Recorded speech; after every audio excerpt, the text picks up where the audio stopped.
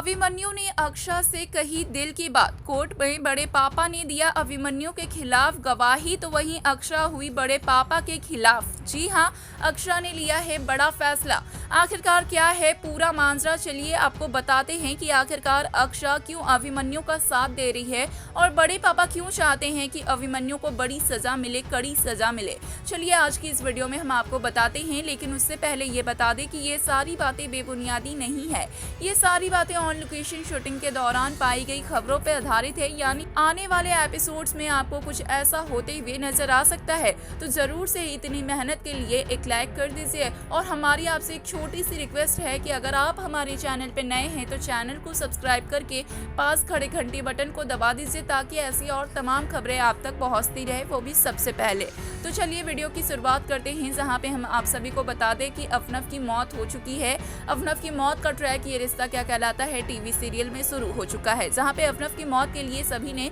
अभिमन्यु को जिम्मेदार ठहराया है और बड़े पापा ये बताते हुए नजर आए हैं कि अभिमन्यु ने जानबूझकर अफनफ को धक्का दिया है, क्योंकि अभिमन्यु चाहते थे कि अफनफ इस दुनिया में ना रहें और इसकी वजह से अवीर की कस्टडी अभिनव की जगह अभिमन्यु को वापस मिल जाए। जी हाँ, दरअसल यहाँ पे बड़े पापा और मुस्कान कायरव सभी को ऐसा लगता है कि अभिमन्यु ने ही अफनफ की जान ली है, क्योंकि अभिमन्यु ने पहले से ही ये प्लानिंग कर ली थी कि अवीर की कस्टडी पहले तो अक्षा और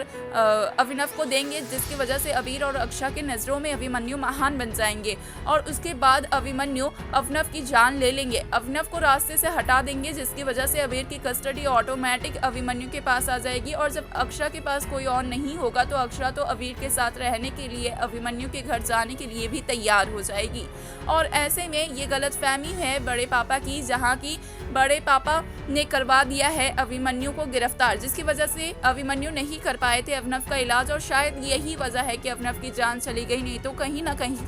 अभिमन्यु अभिनव की जान बचा लेते। वहीं पे हम आपको बता दें कि अब जब अभिमन्यु बेल पर छूटे हैं और कार्रवाई हो रही है तो अभिमन्यु आते हैं अक्षा के पास और सारी बात बताने की कोशिश करते हैं। जहां पे अवीर होते हैं अक्षा के गोद में लेटे, तो अक्षा अभिमन्यु को देखते ही कहती है अवीर को कि वो दूसरे कमरे में जाए। जहां पे वो कमरे में जाते हैं तो अक्षा अभिमन्यु बातें करना शुरू करते हैं, जहाँ पे अभिमन्यु अपनी सफाई में कहते हैं कि मुझे तुमसे कुछ कहना है और सारी बातें कहते हैं, लेकिन अक्षा कहती है कि आप कुछ भी मत कहिए, अब क्या लेने के लिए आए हो तुम अभिमन्यु, क्योंकि तुमने तो मेरा सब कुछ छीन ही लिया। बड़े पापा ने तुम्हें साफ साफ देखा है अभिनव को धक्का मारते हुए। जहाँ पे अभिमन्यु ये बताने की कोशिश करते हैं अक्षा को वो सब सिर्फ और सिर्फ एक गलतफहमी है, को इंसिडेंट है, जहाँ पे अक्षा एक भी सुनने को तैयार नहीं होती अभिमन्यु की। तो वहीं अभिमन्यु कहते हैं कि अपने दिल पे हाथ रख के जरा सोचो कि क्या तुम्हारा अभिमन्यु इतना बड़ा काम कर सकता है, तुम्हारा अभिमन्यु अपनी खुशियों के लिए किसी की जान ले सकता है। जहाँ पे अक्षा भी अभिमन्यु की बातों से कन्विंस हो जाती है और दोनों मिलकर सबूत ढूंढने लगते हैं, जहाँ पर